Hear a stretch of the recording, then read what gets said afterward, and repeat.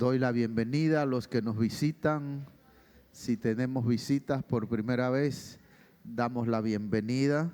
Si no, entonces saludo a todos en esta hermosa mañana que el Señor nos ha regalado para estar aquí y juntos revisar su palabra y alimentarnos de ella también en este tiempo.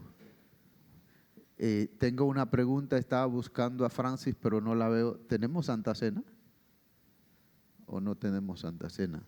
Necesito saber, porque si no yo predico 3 horas aquí, porque el bosquejo que tengo es grande, así que...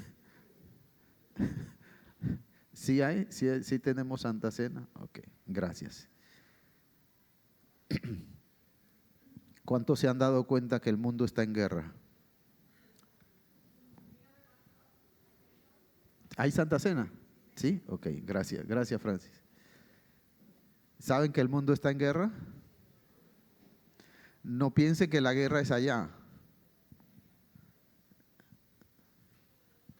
Esta mañana veía la noticia que Irán bombardeó un petrolero en el estrecho de Hormuz. ¿Sabe lo que significa eso? Por ahí pasa el 20% del petróleo que sale para el mundo y el 40% del gas natural que se distribuye en el mundo. ¿Sabe lo que eso significa? Escasez y alza de precio. Si se llega a derramar ese barco petrolero, hay problema. ¿Sí? De tal manera que hoy, frente a las diferentes situaciones que se dan en el mundo, no podemos pensar que es allá. ¿Sí? Pero alarmarnos o entrar en crisis y hacer histeria no tampoco lo soluciona. Lo soluciona si usted y yo oramos, porque el Señor escucha nuestra oración. Y Él se ha comprometido a escuchar nuestra oración y a responder a nuestra oración. Oremos por los israelitas, oremos por los iraquíes, oremos por los norteamericanos que están en guerra, sí, y por los diferentes países de alrededor que están siendo atacados por Irak. Los países donde Estados Unidos tiene bases militares están siendo atacados. Veía la noticia, decía que aproximadamente unos 7 países que no tienen nada que ver con la guerra han recibido misiles enviados por Irak, por Irán. Y son los países que producen el petróleo y que lo exportan, de los cuales salen mucho de lo que nosotros consumimos en el resto del mundo. Cada una de esas situaciones significa un problema, no solo para ellos, sino para el mundo entero. Y no solo por eso, sino por vidas que ahí se pierden, muchas inocentes, muchas sin conocer al Señor. Y usted y yo, que revisamos la Biblia, nos damos cuenta a dónde van a parar los que no conocen al Señor. Son vidas que se pierden y que se van a perder para siempre. Así que oremos, repito, oremos por los iraquíes, oremos por los israelitas, oremos por los norteamericanos, oremos por todo y oremos mejor por nosotros mismos. ¿Sí? Que el Señor nos ayude, que el Señor nos guíe, que el Señor nos guarde. ¿Sí? Les doy un saludo de la pastora Erika. Ella quería venir, pero no la dejé que viniera, porque ella tiene que cuidarse varios días todavía, entonces le dije que no. Así que, pero sí está mejor, gracias a Dios. Todo va bien, por la gracia del Señor. Lo que hoy voy a compartir con ustedes está en el Evangelio según San Lucas, el capítulo 21,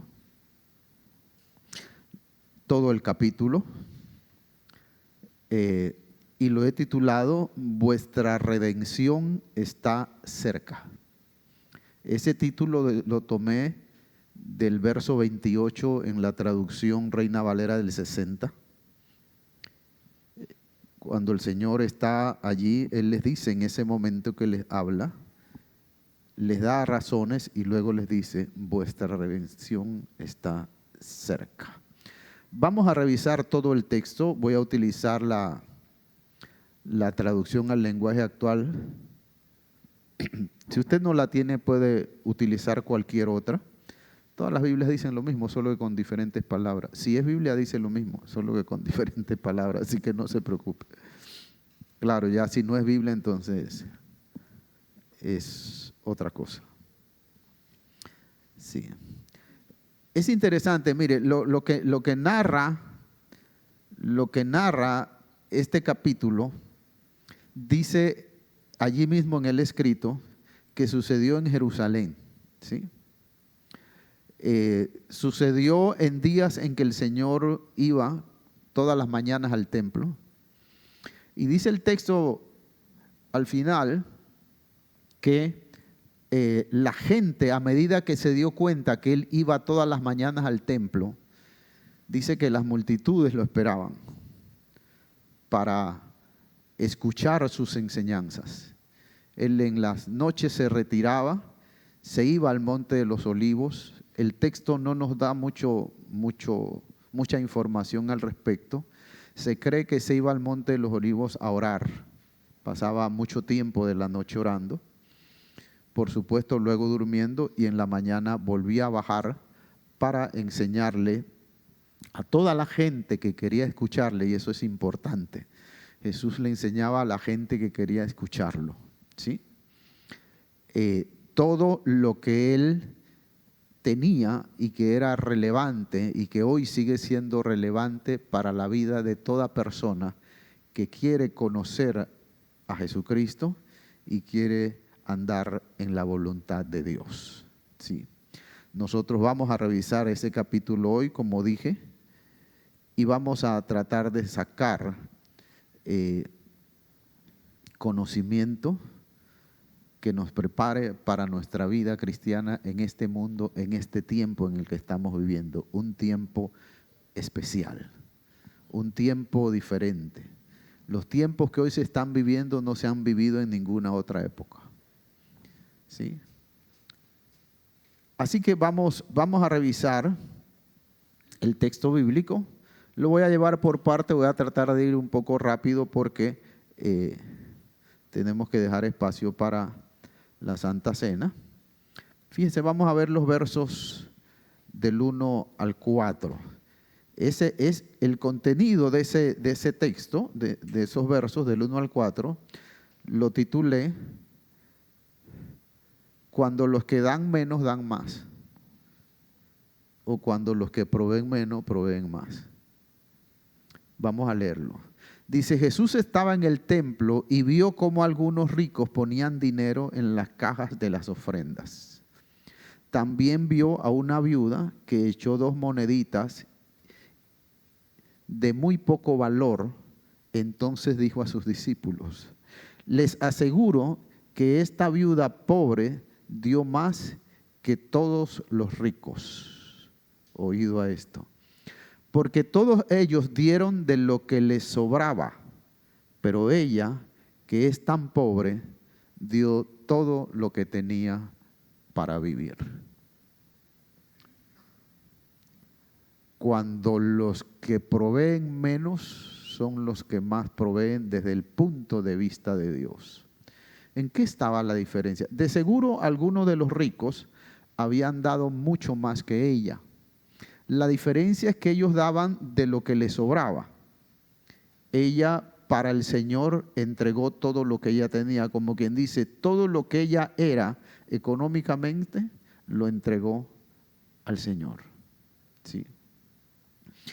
Ahora, no se trata de remover la conciencia de nadie, sino se trata de entender lo que Pablo decía en una de sus cartas. Hay muchos textos que respaldan este capítulo que los podríamos buscar, pero por cuestión de tiempo no lo vamos a hacer. Pablo en uno de sus escritos posteriormente dice que cuando se trata de darle a Dios, debemos darle conforme a lo que Dios ponga en nuestro corazón. No debe ser de lo que sobra, tampoco debe ser una cantidad excesiva simplemente para que me vean y yo trate de quedar bien cuando me ven que yo pongo todo lo que tengo.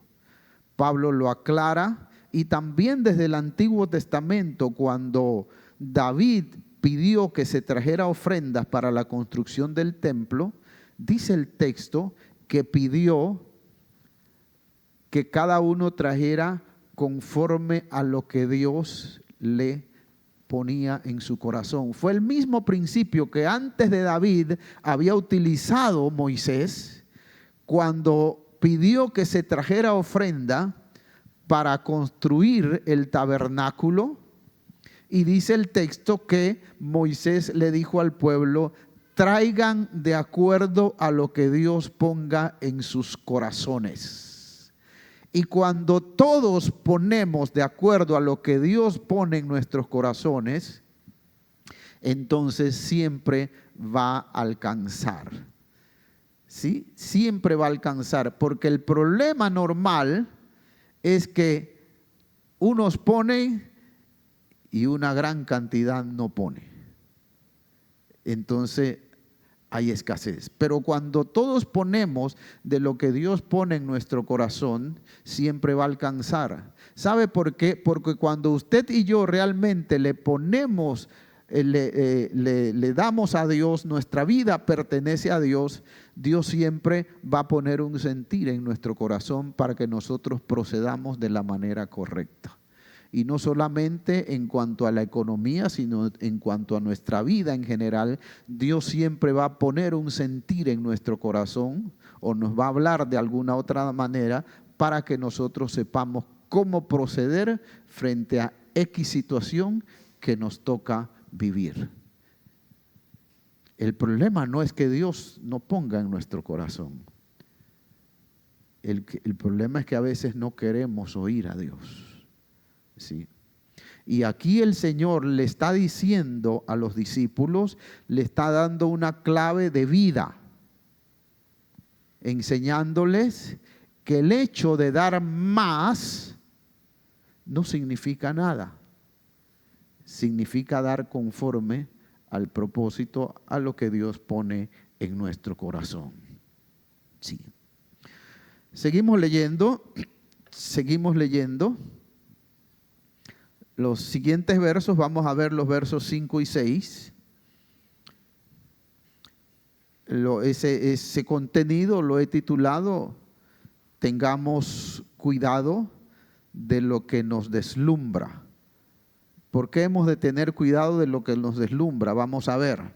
Dice: algunas personas estaban hablando de lo hermoso, de los hermosos bloques de piedra que se habían usado para construir el templo y de los preciosos adornos colocados en sus paredes. Y Jesús dijo: llegará el momento en que todo esto será destruido. Ni una sola pared del templo quedará en pie. Lo que ellos sentían que lo deslumbraba era algo temporal, pasajero. Algo que se puede hacer y se puede deshacer. Cuando nosotros, por ejemplo, los que vivimos en Panamá, que en Panamá hay mucha construcción, a veces vemos casas hermosas. Yo recuerdo cuando estábamos en una ocasión de que nos estábamos tratando de salir de un edificio donde estábamos anteriormente con esta iglesia, y comenzamos a buscar aquí mismo en Obarrio un lugar, encontramos una casa hermosísima, una casa familiar con suficiente espacio y todo lo demás.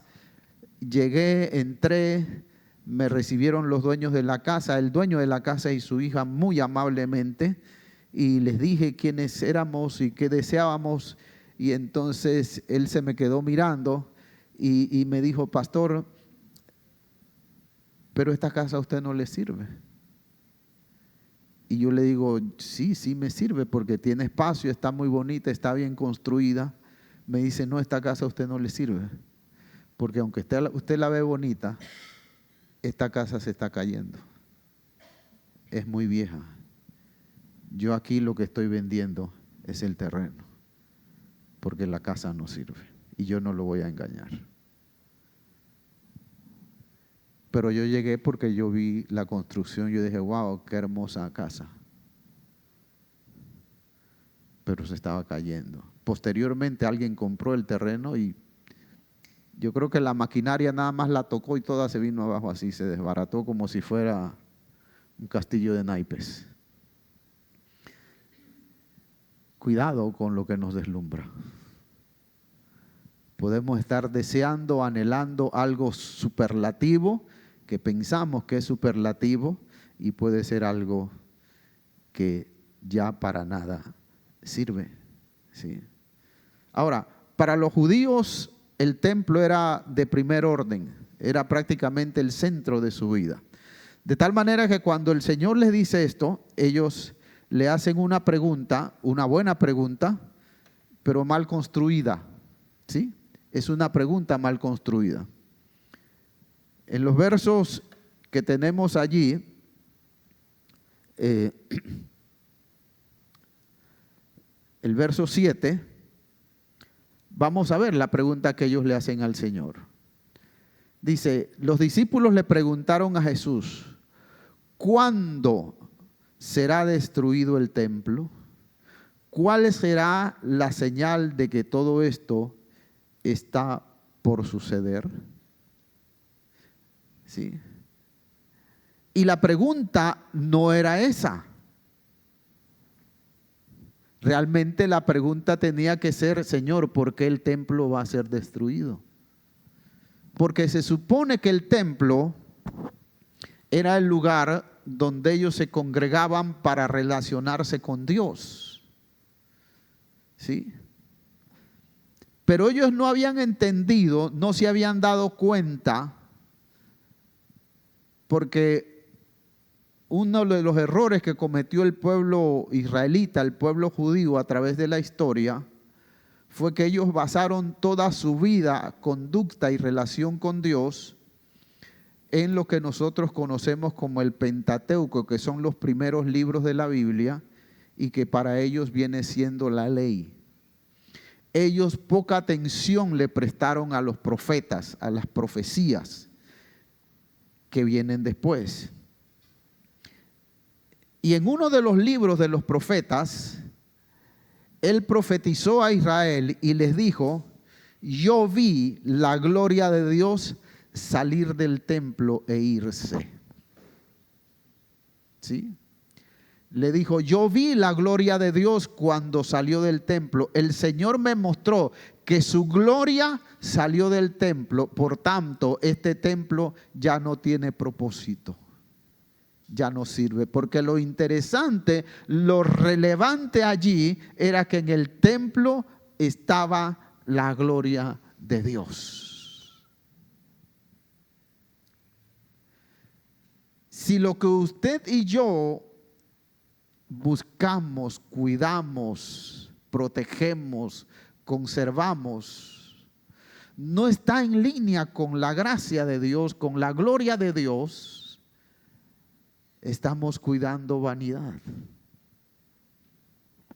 Para ellos el templo era impresionante,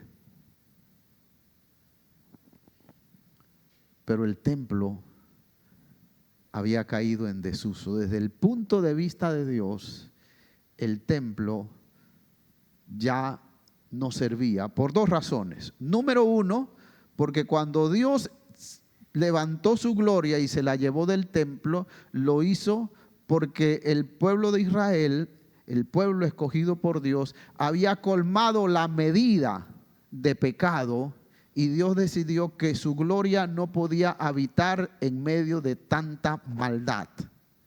Entonces Dios recogió su gloria y ya no estaba en el templo. De tal manera que lo que allí se hacía era simplemente un formulismo. Era algo aprendido, era algo repetitivo, pero Dios no estaba allí. No había allí comunión con Dios. La segunda razón por la cual Dios quitó su gloria del templo era porque ya se acercaba el tiempo en que venía el Mesías, y una vez que el Mesías llega, usted y yo sabemos hoy, y la Escritura lo dice, que no se necesita templo, porque donde hay un verdadero adorador que le adore en espíritu y en verdad, allí está Él. ¿Sí? De tal manera que el templo había perdido su propósito, pero al no captar ellos lo que Dios estaba diciendo y lo que estaba haciendo, estaban tratando de cuidar algo que ya no existía. Oído a esto, porque usted y yo, cuando escuchamos esto, muchas veces somos rápidos para criticar al pueblo de Israel, pero pocas veces nos detenemos a pensar si nosotros estamos en lo mismo. Lo primero que debemos hacer es revisar nuestra vida, revisar nosotros y decir, Señor, esto que estoy atesorando, ¿realmente es lo que debo atesorar? ¿Es lo que tú quieres que yo atesore? ¿O simplemente estoy atesorando algo que se volvió costumbre en mi vida, pero que ya no tiene propósito? Ellos estaban atesorando el templo, pero el templo ya no tenía propósito. De tal manera que cuando ellos hacen la pregunta a Jesús, es una pregunta que estaba mal construida. Ellos tienen que preguntarle, Señor, ¿por qué el templo va a ser destruido? Porque el templo había tenido propósito fundamental en la existencia de Israel. Era el lugar donde ellos tenían comunión con Dios.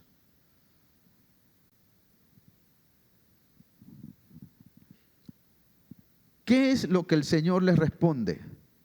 Fíjese bien, ¿qué es lo que el Señor les responde? Vamos a ver los versos del 8 al 11. Lo que el Señor les responde son hechos impresionantes, pero no finales, que van a suceder y a lo cual ellos deben de prestar atención. Y vamos a ver lo primero que les dice, verso 8, dice el texto. Jesús les respondió, cuidado. Fíjese la primera frase con que comienza, cuidado les dice. No se dejen engañar. ¿Por qué comenzó con esta frase? Porque el tiempo en que se cumpliera lo que seguía iba a ser un tiempo de engaño, de mentira, de falsedad,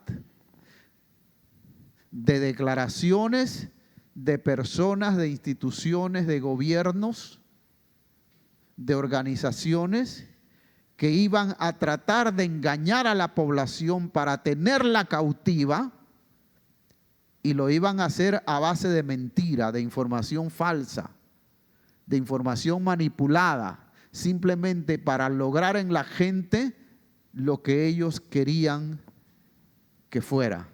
Dígame sí o no estamos viviendo ese tiempo en el que toda información es falseada, y usted y yo, cuando recibimos una información, tenemos que detenernos y verificar en varias fuentes y buscar las más confiables para saber si realmente es así. Y el Señor les advierte por anticipado, les dice, cuidado, no se dejen engañar. O sea, presten atención a las cosas que llegan a ustedes. Dice, no se dejen engañar, muchos vendrán y se harán pasar por mí, diciendo a la gente, yo soy el Mesías, o ya ha llegado la hora, pero no les hagan caso. Ustedes oirán que hay guerras, escuchen esto, y revoluciones en algunos países, pero no se asusten. Estas cosas pasarán, pero todavía no es el fin del mundo. Los países pelearán unos con otros y habrá grandes terremotos en muchos lugares. En otras partes la gente no tendrá nada que comer y muchos sufrirán de enfermedades terribles. En el cielo aparecerán cosas muy extrañas que les harán temblar de miedo.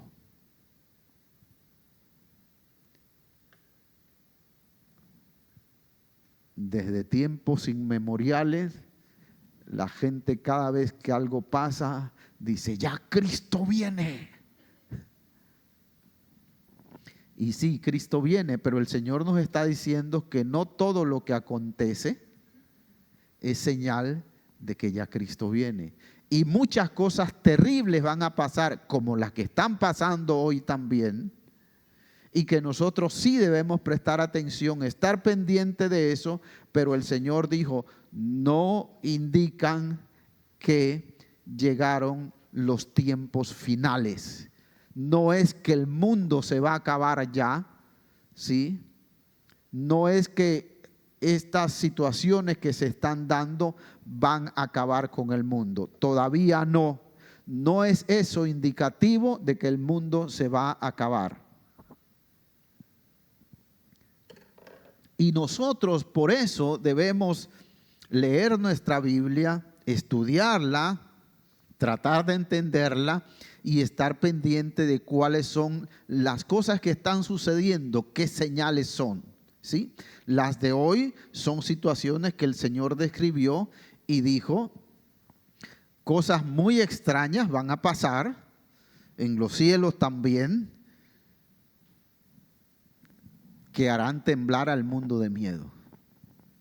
Yo ya he escuchado gente que dice, bueno, y si uno de estos que está peleando se equivoca y envía una bomba nuclear a algún país que no tiene nada que ver.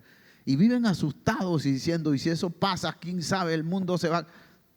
El Señor dijo, todo eso va a pasar, pero todavía no es el fin del mundo. O sea, ¿qué es lo que el Señor está tratando de hacer? Está tratando de guiar la atención a lo que realmente debemos poner atención. A que nos enfoquemos correctamente para que no andemos llenos de pánico, de pavor, pensando que ya se perdió el control. Mire, una cosa que le voy a decir, Dios nunca ha perdido el control y no lo va a perder. Jamás lo va a perder. Dios siempre tiene el control, ¿sí? Así que no nos dejemos impresionar por eso. Preocupémonos por estar bien conectados con Cristo, ¿sí? Porque Él siempre tiene el control. Vamos a ver los versos del 12 al 19, ¿sí? ¿Qué es lo que el Señor está diciendo aquí? Que ser discípulo de Él tiene un precio. Mire lo que dice. Antes de que pase todo esto, mire lo que Él acaba de anunciar, habrá gente que los perseguirá y los tomará presos. Los entregará a las autoridades de la sinagoga y los meterá en la cárcel. ¿Y cuál es la razón por la que harán eso? Dice, por ser mis discípulos. Hay un precio que pagar. Les llevarán ante los gobernadores y los reyes para que los castiguen. Esa será una oportunidad para que hablen de mí. Hay que ver las cosas desde el punto de vista de Dios. No se preocupen en pensar qué dirán para defenderse. Yo les ayudaré a contestar con diligencia y ninguno de sus enemigos podrá contradecirlos ni decir que están equivocados. Sus padres, hermanos, familiares y amigos los entregarán a las autoridades. Algunos de ustedes los matarán. Todo el mundo los odiará por ser mis discípulos. Otra vez, para que nadie piense lo contrario, que no estemos equivocados. Pero no se preocupen, si ustedes se mantienen firmes hasta el fin, se salvarán. O sea, frente a las crisis que se dan, el Señor está anunciándonos por anticipado que hay que pagar un precio. Como discípulo de Él, nos van a cobrar un precio. ¿Sí?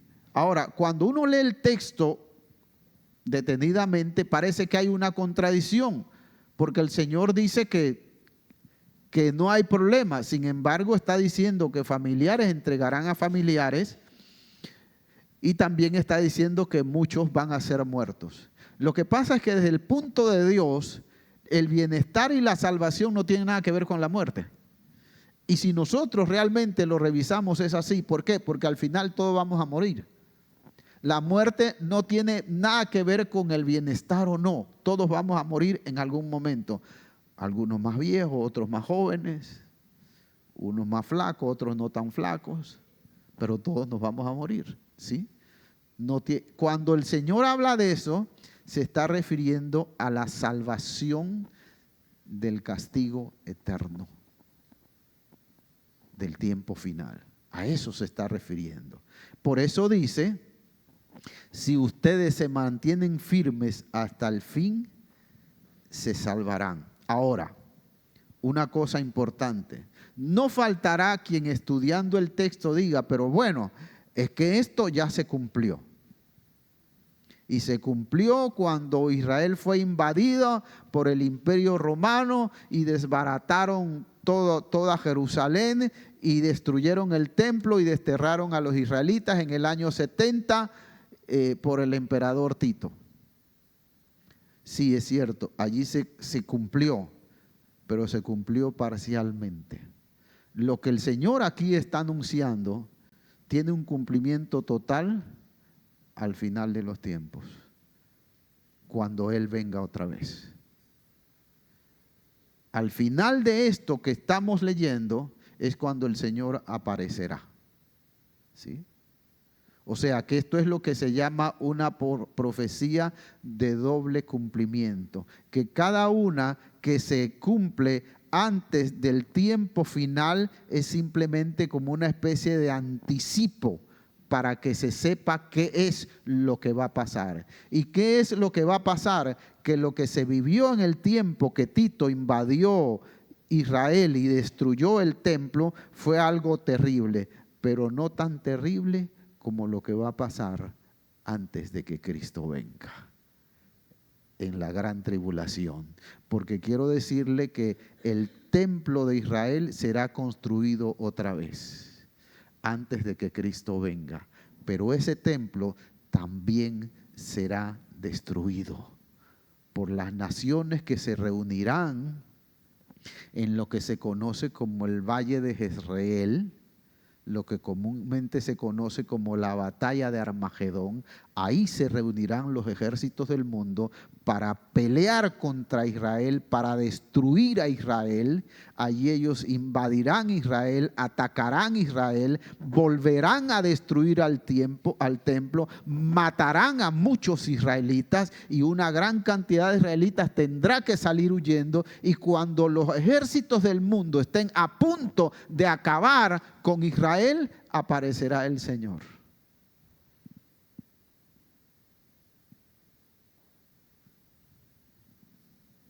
Y Él aparecerá para juzgar al mundo por su maldad y para rescatar a Israel. Y ahí será cuando dice el texto bíblico que los israelitas lo verán. Dice, reconocerán al que traspasaron y se arrepentirán y lo aceptarán. Y los que lo acepten serán salvos, al igual que usted y yo, que ya hemos aceptado al Señor. Porque nadie puede ser salvo si no acepta al Señor Jesucristo como su único y suficiente Salvador personal. ¿sí? O sea que eso que vivió Israel en tiempos de Roma se va a volver a repetir mucho más terrible, tan terrible que solo el mismo Señor podrá salvar a Israel de la destrucción total y final. ¿Sí?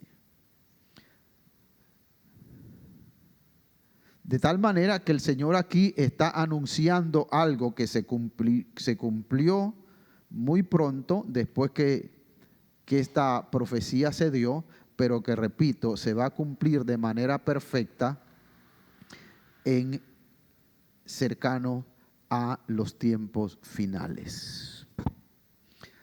Ahora, viene aquí la respuesta a la pregunta que le hicieron los discípulos al Señor, los versos 20 al 24. Fíjese que aquí Él les responde a la pregunta que ellos le dijeron: ¿cuándo va a ser destruido el templo? Dice: cuando vean a los ejércitos rodear la ciudad de Jerusalén, sepan que pronto será la destrucción. Eso fue lo que hizo el ejército de Tito: rodear Jerusalén para que nadie pudiera escapar, y cuando entraron, destruyeron el templo. ¿Sí? Los que estén en la ciudad, fíjense lo terrible que fue ese primer cumplimiento. Los que estén en la ciudad, salgan de ella. Los que estén en los pueblos de la región de Judea, huyan hacia las montañas. Los que estén en el campo, no regresen a la ciudad. En estos días,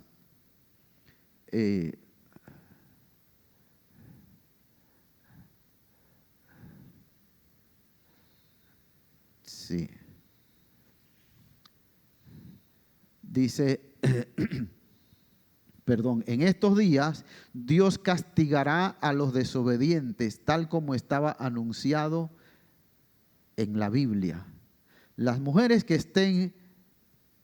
en ese momento estén embarazadas van a sufrir mucho, pobrecitas de las que tengan hijos recién nacidos, porque todos en este país sufrirán mucho y serán castigados.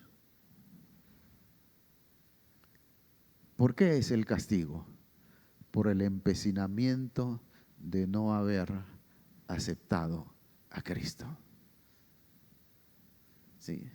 Este es un castigo contra Israel que viene de parte de Dios. Ya se cumplió, lo dije, cuando vino la invasión para Israel, que destruyó el templo en el año 70 por el emperador Tito, pero se va a cumplir de manera total y perfecta otra vez antes de que Cristo venga. Sí. Dice el verso 24: a unos los matarán con espada y a otros los llevarán prisioneros a otros países. Lo mismo que sucedió con Israel, lo describe aquí por anticipado. La ciudad de Jerusalén será destruida y conquistada por gente de otro país hasta que llegue el momento en que también esa gente sea destruida. Lo que dije antes, a esa gente que invadió Jerusalén y que posteriormente la van a volver a invadir, a esa gente Dios la va a castigar, ¿sí?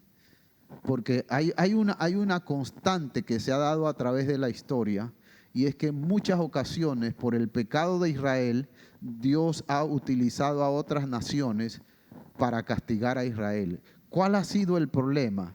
Que esas naciones, una vez que Dios les da poder y capacidad para castigar a Israel, se ensañan y hacen mucho más de lo que Dios les mandó a hacer.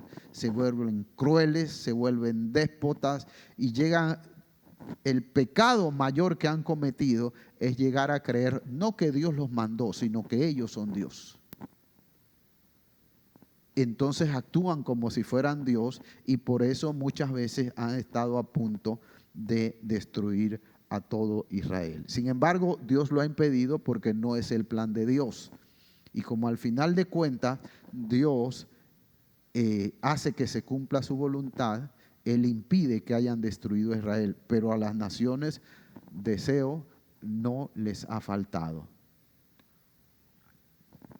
De allí nuestra oración que se nos pide a través de la Biblia constantemente por el pueblo de Israel. ¿Qué sigue diciendo el Señor?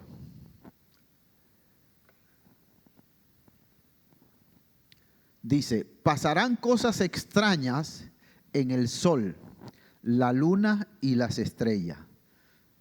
En todos los países la gente estará confundida y asustada por el terrible ruido de las olas del mar. La gente vivirá en terror que se desmayará al pensar en el fin del mundo.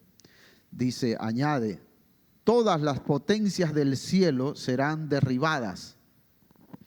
Esas cosas serán una señal de que estoy por volver al mundo. Esto sí es señal.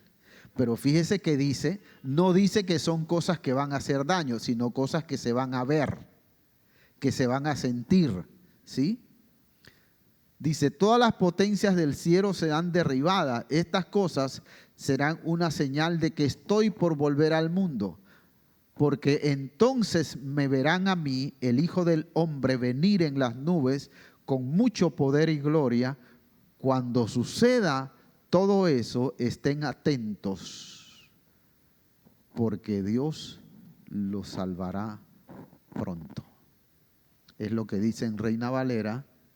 Levanten, cuando vean que estas cosas anunciadas aquí a partir del verso 25 comienzan a suceder, dice Reina Valera el 60, levanten la cara, pónganse erguidos, como quien dice, siéntanse seguros, tranquilos y hasta cierto punto orgullosos de lo que ustedes están esperando se va a cumplir. ¿Por qué? Porque eso indica que la redención está cerca. O sea, que ya Cristo viene. Cuando eso suceda, siéntanse seguros, dejen de estar con congoja, levántense con orgullo, porque todo aquello en lo cual ustedes han tenido fe está a punto de cumplirse. Cristo está a punto de volver para llevar a los que son suyos. ¿Sí? Leo ese verso 28 otra vez. Dice, cuando suceda todo eso, estén atentos, porque Dios los salvará pronto. ¿Y qué es lo que podemos ver allí? Fíjese. En lo que el Señor enseña, que son las señales, hay intervención de toda la creación. O sea, el anuncio de que Cristo está a punto de venir, lo muestra toda la creación. Toda la creación se involucra en el anuncio de que ya Cristo viene.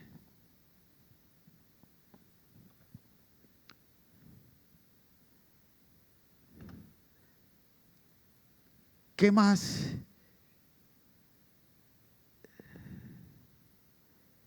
¿Qué más pasa?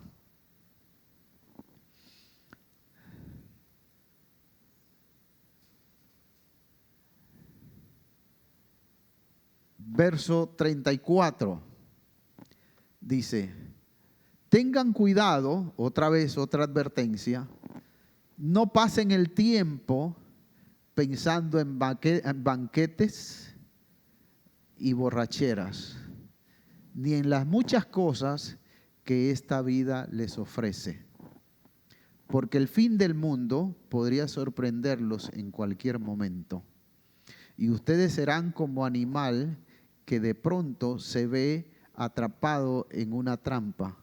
Por eso estén siempre alerta, oren en todo momento para que puedan escapar de todas las cosas terribles que van a suceder. Así podrán estar conmigo el Hijo del Hombre.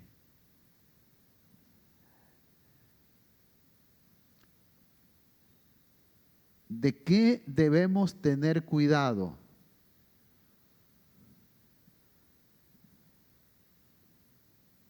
De banquetes, de borracheras y de todo lo que el mundo ofrece. ¿Qué está diciendo eso? ¿Que no comamos? No, está diciendo que eso no debe ser nuestra concentración de vida. Mi esposa se ríe porque una vez una persona que conocíamos, amiga nuestra, enfermó del corazón y fue una persona, cocinaba muy rico y bueno, así como cocinaba, comía, ¿no? Y cuando se enfermó le prohibieron un montón de cosas. Llegó Navidad, fue a la casa y entonces la hija le dice, mamá, acuérdate que tú no puedes comer tamal, el doctor te lo prohibió, una de las cosas que más daño te hace por la salsa y todo lo demás. Oiga, y esta señora se ha tirado al piso a llorar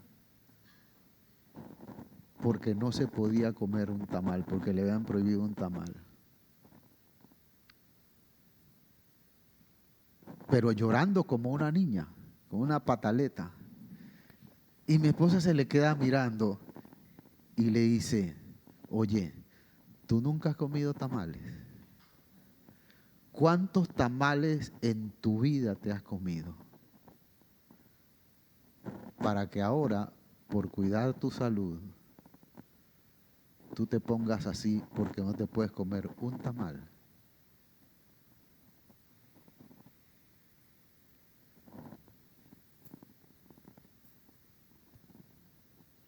¿Cuántas veces caemos nosotros en eso?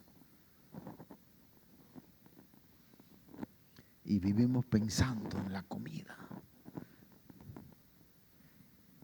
Mi esposa se ríe cuando recordamos a mi suegro porque mi suegro estaba comiendo, él comía rapidito así. Y miraba a mi suegro y le decía, oye Raquel, ¿y qué vamos a comer mañana?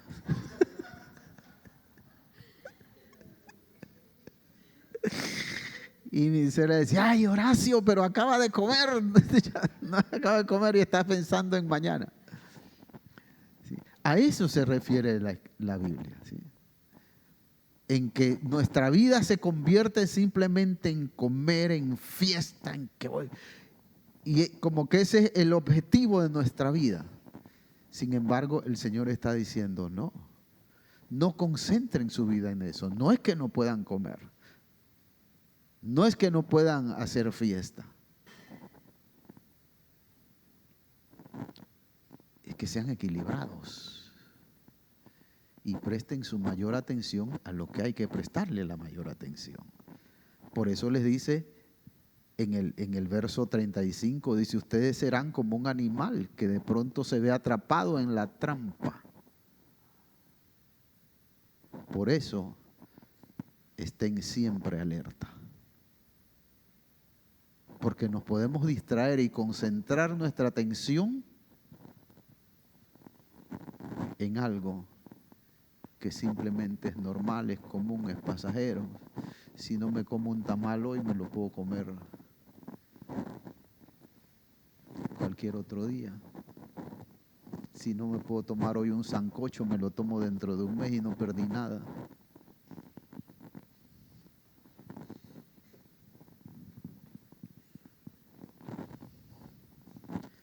Finalmente, dice los versos 37 al 38, dice, Jesús enseñaba en el templo todos los días y por las noches iba al monte de los olivos. Y fíjese lo que dice, al final dice, cada mañana la gente iba al templo a escuchar a Jesús.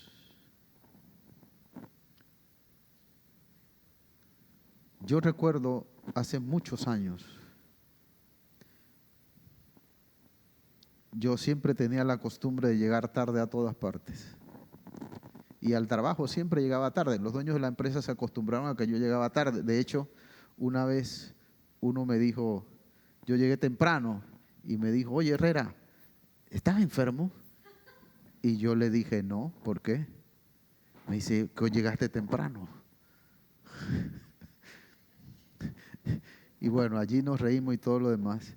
Pero el dueño, el que era el mayor accionista de la empresa, un día me agarró en la puerta y me dijo, mira, te voy a decir una cosa. Cuando a uno algo le interesa, uno defiende ese tiempo.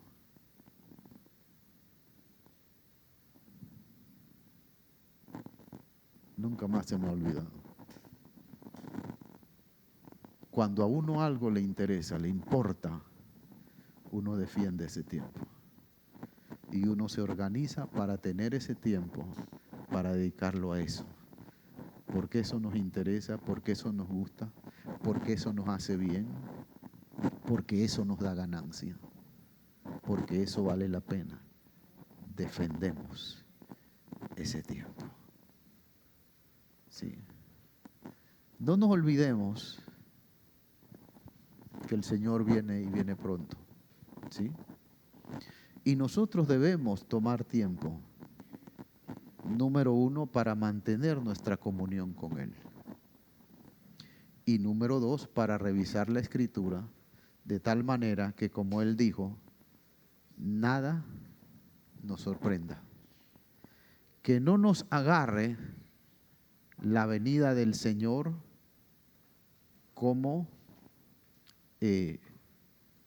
dijo Él, como un animal que cae en la trampa simplemente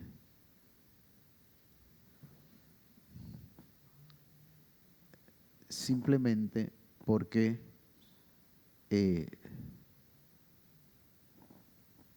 no prestó atención a lo que realmente es importante. ¿Sí? Vamos a colocarnos en pie. Y mientras los servidores traen los elementos,